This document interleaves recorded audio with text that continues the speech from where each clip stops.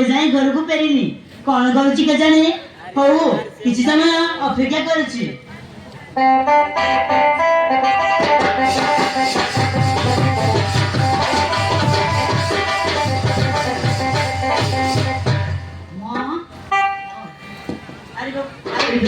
ଆସିଗଲୁ? ହଁ ମା। ହେଲେ ତୋ ସହିତ ପୁଣି ଏମାନେ କିଏ?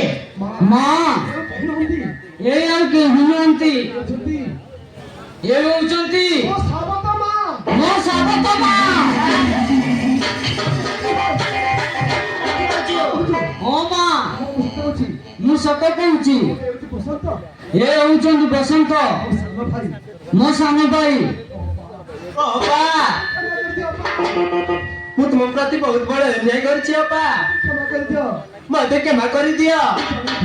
ମୁଁ ଜାଣିନଥିଲି ସୂର୍ଯ୍ୟର ପ୍ରଥମ ସ୍ତ୍ରୀ ଅଛି ବୋଲି, ନହେଲେ କେବେ ବି ତୁମ ଥାଉ ଥାଉ ମୁଁ ତୁମ ସହିତ ରହିବା ପାଇଁ ମତେ କ୍ଷମା କରିଦିଅ ଅପା। ମୁଁ ତୁମ ପାଦ ତଳେ ପଡ଼ିଛି ଅପା। এইটা হচ্ছে আমার ভাগ্যের দোষ, আমার ভাগ্যের যাহা লেখা ছিল তাহা হি ঘটিছি। তুই কাহিকি ମୋ ଗୋଡ଼ ଧରିବୁ? ତୁ କାହିଁକି ମନ ଦୁଃଖ କରୁଛୁ? ଆମ ଭାଗ୍ୟରେ ଯାହା ଥିଲା, ଆମ ଭାଗ୍ୟରେ ଯାହା ଥିଲା ତାହା ଘଟି ଯାଇଛି। ତାହା ଘଟି ଯାଇଛି। ଆଜିଠାରୁ ଆମ ସ୍ୱାମୀ ଗୋଟିଏ, ଆମ ସ୍ୱାମୀ ଗୋଟିଏ, ଆଉ ତାଙ୍କ ପାଇଁ ଆମେ ଦୁଇଟି ସ୍ତ୍ରୀ। ଦୁଇଟି ସ୍ତ୍ରୀ।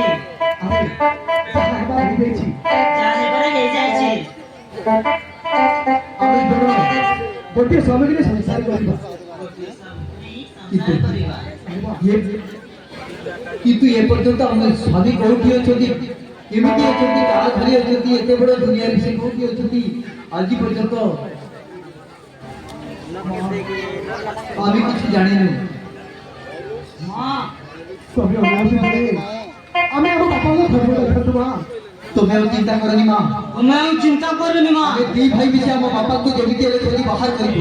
ଆମେ ଦୁଇ ଭାଇ ମିଶି ବାପାଙ୍କୁ ଯେମିତି ହେଲେ ବି ଖୋଜି ବାହାର କରିବୁ। ଯୋଉଠି ଥିଲେ ବି ଆମ ବାପାଙ୍କୁ, ଯୋଉଠି ଥିଲେ ବି ଆମ ବାପାଙ୍କୁ ଖୋଜି ବାହାର କରିବୁ।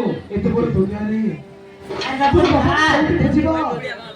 ଏତେ ବଡ ଦୁନିଆରେ ତମ ବାପାଙ୍କୁ କେମିତି ଖୋଜିବ? ନାଇଁ ଅପା, ମୋ ପାଖରେ ମୋ ପାଖରେ ସୂର୍ଯ୍ୟଙ୍କର ଫଟୋ ଅଛି। ସୂର୍ଯ୍ୟଙ୍କର ଫଟୋ ରଖିଛନ୍ତି। ସୂର୍ଯ୍ୟଙ୍କର ଫଟୋ ଅଛି। ଯଦି ବସନ୍ତ ଆଉ ରିହାନ ବସନ୍ତ ଆଉ ରିହାନ ସୂର୍ଯ୍ୟକୁ ଖୋଜିବାକୁ ଗଲେ, ସୂର୍ଯ୍ୟକୁ ଖୋଜିବାକୁ ଗଲେ ଏ ଫଟୋଟା ଏ ଫଟୋଟା ପାଖରେ ରଖିଥିବେ, ପାଖରେ ରଖିଥିବେ। ଖୋଜିବାକୁ ସୁବିଧା ହବ। ଆରେ ସେମାନେ ଏ ଫଟୋ ଦେଖି ଚିହ୍ନି ପାରିବେ। ଆରେ ସେମାନେ ଫଟୋ ଦେଖି ଚିହ୍ନି ପାରିବେ।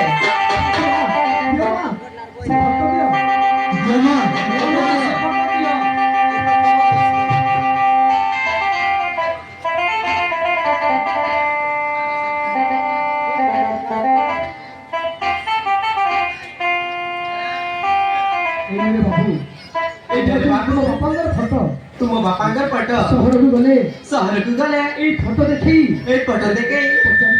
ପଚାରି ପାରିବ, ଖୋଜି ପାରିବ। ନିଅ ମା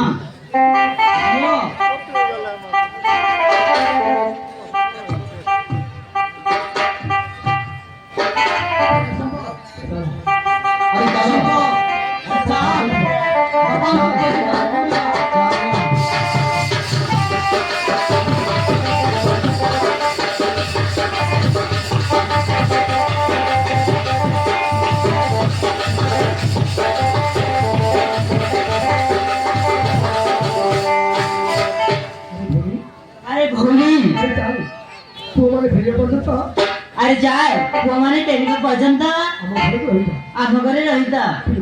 ଠିକ ଅଛି ଅପା। ତମ ଘରେ ରହିବା, ତମ ଘରେ ରହିବା। ଚାଲ।